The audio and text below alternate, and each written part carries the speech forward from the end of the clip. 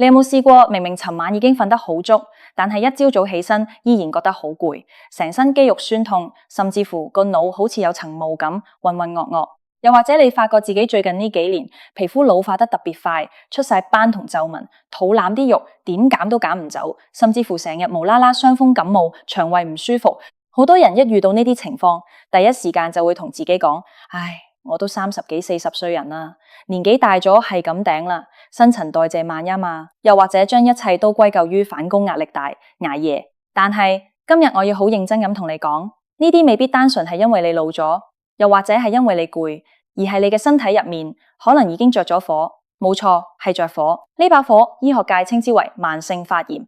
如果你唔理呢把火，佢唔單止會令你提早衰老，更加係癌症、心臟病、中風、糖尿病，甚至乎係腦退化症嘅幕後黑手。今日我哋就一齊嚟深讀一本嚟自日本名醫嘅著作，佢喺書入面徹底揭開咗慢性發炎呢個隱形殺手嘅真相，仲會教我哋點樣透過5個日常習慣去撲滅體內呢啲危險嘅火種，幫你由內到外逆轉衰老體質。如果你想喺50歲、60歲甚至80歲嘅時候依然可以行得走得，頭腦清晰，唔使成日睇醫生，咁你一定要由頭到尾聽晒呢段內容，因為佢好可能會改變你下半生嘅健康軌跡。我哋先嚟搞清楚到底咩係發炎。平時我哋講嘅發炎多數係指急性發炎，譬如你切生果唔小心切到手指，或者行路仆親擦傷個膝頭哥，傷口會紅腫痛熱，呢個就係急性發炎。其實急性發炎係一件好事嚟，係佢係身體免疫系統嘅自我保護機制。當有外來細菌或者病毒入侵，身體嘅免疫細胞就會好似一班防暴警察咁，即刻衝去案發現場，同啲細菌開戰。打仗梗係有火花啦，所以你就會覺得紅腫痛熱。當啲細菌被消滅晒，戰鬥結束，防暴警察撤退，個傷口就會慢慢復原。呢種發炎嚟得快去得快係救命嘅，但係慢性發炎就完全係另一回事。你可以想象下，慢性發炎就好似你屋企幅牆入面嘅電線短路，慢慢咁喺度悶燒。你喺出面睇唔到有火，甚至聞唔到有煙味，但係入面其實一直喺度燒緊。你嘅免疫系統因為某啲原因，例如不良飲食、壓力、環境毒素，搞到神經錯亂，以為身體一直有敵人入侵，於是乎啲免疫細胞就長期處於作戰狀態，日日夜夜咁釋放發炎物質。呢啲發炎物質會順住你嘅血液流遍全身，攻擊你正常嘅細胞、血管同埋器官。日本呢位權威名醫喺書入面提到，慢性發炎最恐怖嘅地方就係佢無聲無息。當你覺得心口痛，去醫院 check 到有心血管閉塞嘅時候，其實你條血管可能已經默默地發炎咗10幾20年。發炎物質會令到血管壁變得粗糙，膽固醇就容易積聚喺度，形成斑塊，最後搞到血管硬化、塞血管。同樣道理，如果呢把火燒到去腦部，就會破壞腦神經細胞，慢慢演變成腦退化症。如果燒到去關節，就會變成類風濕關節炎。如果燒到去皮膚，就會破壞膠原蛋白，令到你30幾歲人望落似50歲。所以抗衰老、防大病嘅第一步，唔係食咩名貴補品，而係要滅火。咁到底點樣先可以撲滅呢把火呢？醫生喺書入面總結咗5個最關鍵嘅生活習慣，我哋依家就逐一拆解。第一個習慣，亦都係最重要嘅一環，就係要識得揀啱油、戒錯糖。我哋香港人平時食嘢，好多時都係出街食茶餐廳叫外賣。你諗下，一個星洲炒米，一碟乾炒牛河，或者一件炸雞皮，入面用咗幾多油？問題唔單止係油多，而係油嘅種類。現代人嘅飲食結構入面，Omega 6脂肪酸嚴重超標。Omega 6同 Omega 3都係人體必需嘅脂肪酸，但係佢哋嘅作用完全相反。Omega 6係負責促炎嘅，即係幫手撻着把火；而 Omega 3就係負責抗炎嘅，負責救火。喺人類原始社會，我哋祖先攝取呢兩種脂肪酸嘅比例大約係1:1，但係去到今日，因為我哋食太多粟米油、大豆油、花生油同埋大量嘅加工食品，我哋攝取 Omega 6同 Omega 3嘅比例可能已經失衡到1/20，甚至1/30。當你身體入面全部都係促炎嘅 Omega 6，你少少壓力或者少少細菌感染，身體就會大發脾氣，引發嚴重嘅慢性發炎。所以醫生強烈建議我哋要大幅度減少食出面嗰啲用劣質植物油炸或者炒嘅食物，自己煮嘅話盡量用初榨橄欖油，同時一定要主動補充 Omega 3。點補充？最天然嘅方法就係食深海魚、三文魚、鮑魚、秋刀魚、沙甸魚，呢啲全部都係抗炎神物。如果唔中意食魚，你可以考慮食亞麻籽、奇亞籽或者質量好嘅魚油丸。當你將身體入面 Omega-3嘅比例拉高，就好似喺屋企裝咗個自動灑水系統咁，一有火苗就會自動撲滅。除咗油，另一個引發身體大火嘅元兇就係糖，特別係精製糖。我哋香港人好多時晏晝食完飯都會習慣買杯凍檸茶多甜，或者台式珍珠奶茶，得閒又食件西餅、菠蘿包。你可能覺得食甜嘢好開心，但係喺微觀嘅世界入面，糖分一旦進入血液，如果消耗唔切，就會同身體入面嘅蛋白質結合，產生一種叫 AGE 嘅衰老物質。呢個過程叫做糖化反應。你可以想象下，一塊新鮮嘅麵包擺入焗爐，焗完出嚟，表面會變啡色、變脆。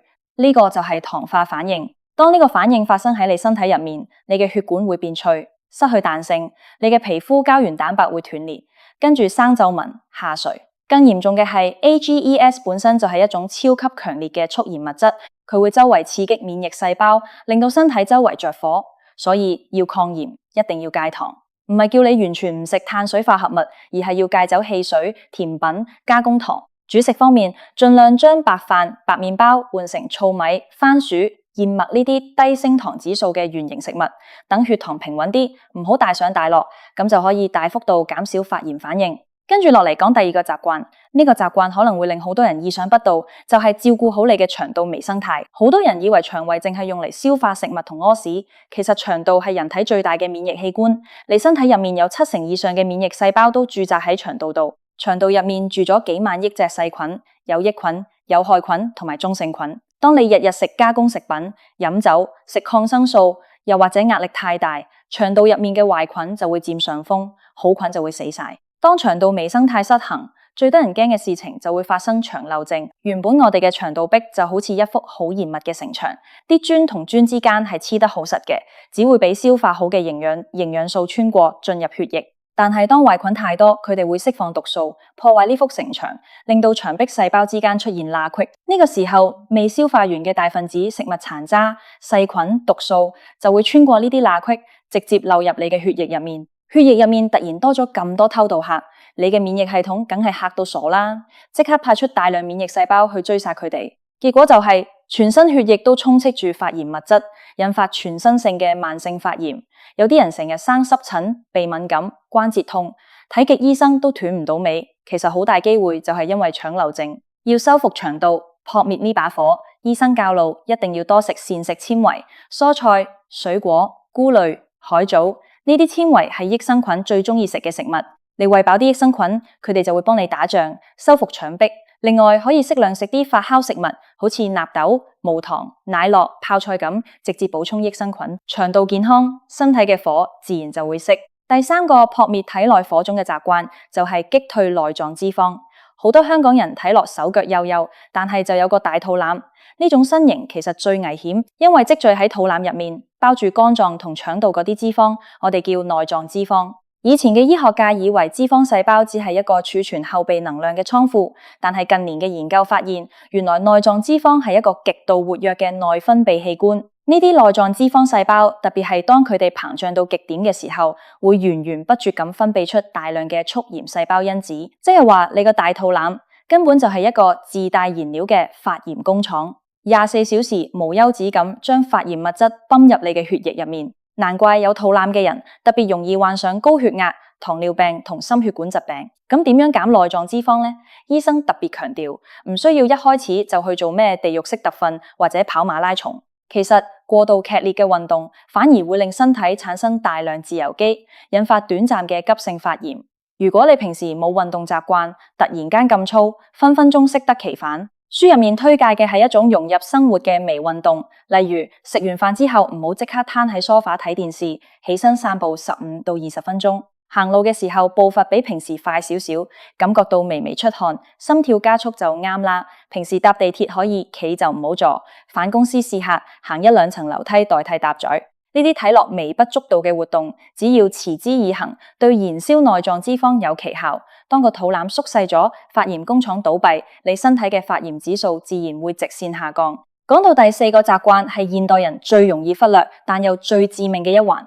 管理壓力同睡眠。香港人節奏快，返工 OT 係常態，放工返到屋企仲要覆 WhatsApp，煩交租、供樓養細路，大腦長期處於緊繃狀態。當你覺得有壓力嘅時候，身體會分泌一種叫皮質醇嘅荷爾蒙。短期嘅皮質醇分泌係幫你應付危機㗎，但如果長期處於高壓狀態，皮質醇濃度一直降唔落嚟，就會搞亂你嘅自律神經系統。交感神經長期過度活躍，會令到血管收縮、血壓上升，同時會抑制免疫系統嘅正常運作，令到慢性發炎變得更加猖狂。最慘嘅係壓力大，往往伴隨住睡眠質素差。有啲人喺床上面碌來碌去都瞓唔着，有啲人就係淺眠，成日發夢。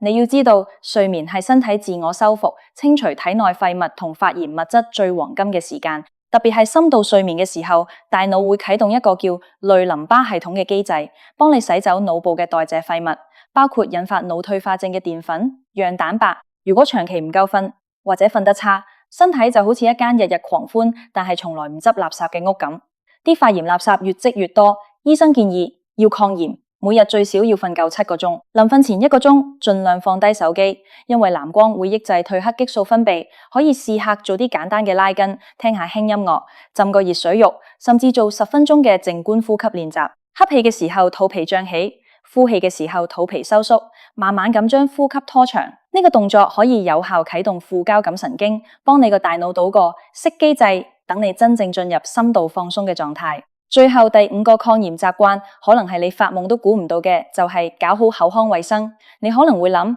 刷牙同慢性發炎有咩關係？關係可大啦！醫學界近年有一個非常震驚嘅發現，就係牙周病同多種全身性疾病，包括心臟病、糖尿病，甚至阿茲海默症，有住極度密切嘅關聯。牙周病其實就係口腔入面嘅細菌喺牙肉同牙齒之間嘅罅隙度大量繁殖，引發牙齦發炎。如果你刷牙、流牙血、牙肉紅腫，好可能已經有牙周病。恐怖嘅地方在於，牙周病細菌同埋佢哋產生嘅毒素，可以透過發炎、潰瘍嘅牙肉，直接進入微絲血管，然後跟住血液游走全身。當呢啲惡毒嘅口腔細菌游到去心臟，會破壞心血管內壁，加速動脈硬化。當佢哋游到去大腦，會引發神經系統發炎。有研究甚至喺腦退化症患者嘅大腦組織入面，到牙周病細菌嘅蹤影。所以你千祈唔好以為牙痛只係小事，佢分分鐘係引爆全身慢性發炎嘅導火線。醫生強烈建議每日最少要認真刷2次牙，每次最少2分鐘。單靠牙刷係唔夠嘅，因為牙刷清潔唔到牙縫，一定要學識用牙線或者牙縫刷，每日最少用1次，將收埋喺死角位嘅牙菌膜徹底清除。另外，無論你有冇牙痛，每半年至1年都一定要去內牙醫洗1次牙，做個例行檢查，將口腔呢個細菌大本營管理好，等於截斷咗其中一個最大嘅發炎源頭。講到呢度，我哋重新梳理一次，原來要逆轉衰老，遠離大病，關鍵唔係咩靈丹妙藥，而係要撲滅體內嘅慢性發炎呢把火。透過5個生活習慣，第一，多攝取 Omega-3，戒走精製糖同劣質油，阻斷發炎原料。第二，多食膳食纖維，修復腸道屏障，防止毒素流入血液。第三，做適量嘅微運動，消滅內臟脂肪呢個發炎工廠。第四，學識放鬆神經，保證高質素睡眠，俾身體有時間排毒。第五，做好牙齒護理，用牙線清牙縫，防止口腔細菌入侵全身。呢5個習慣聽落好似好簡單，但係要喺充滿誘惑同壓力嘅現代都市生活入面堅持落去，的確係需要決心。不過你諗下，與其去到60幾70歲嘅時候，日日要去醫院排隊抽血，食一大把唔知咩色嘅藥丸，連出街飲餐茶都行唔喐，點解唔趁依家由今晚嘅一餐飯，由今晚早半個鐘頭上床瞓覺開始，去改變你嘅未來呢？健康從來都唔係理所當然嘅，佢係你每日每一個微小選擇累積出嚟嘅結果。當你開始落實呢啲抗炎習慣，一開始你未必會覺得有咩翻天覆地嘅變化，因為慢性發炎係慢慢形成嘅。撲滅佢都一樣需要時間，但係只要你堅持1-2個月，你一定會發覺自己精神咗，朝早起身冇咁攰，皮膚少咗暗瘡同油脂粒，甚至連條腰都幼咗一圈。呢啲就係身體多謝你嘅信號。我哋每個人都得一個身體，佢陪住我哋打拼，陪住我哋經歷人生高低起伏，我哋絕對有責任去好好咁愛護佢。希望今日分享嘅呢本好書同埋呢啲醫學知識，可以成為你邁向健康生活嘅一個新起點，俾個機會自己去體驗一個冇發炎、充滿活力嘅人生。如果你覺得今日嘅內容幫到你，或者你身邊都有朋友成日嗌攰，身體有唔少毛病，不妨將呢條片分享俾佢哋睇。可能你嘅一個分享就係拯救佢健康嘅關鍵。健康嘅路上，我哋一齊努力，一步一步行落去。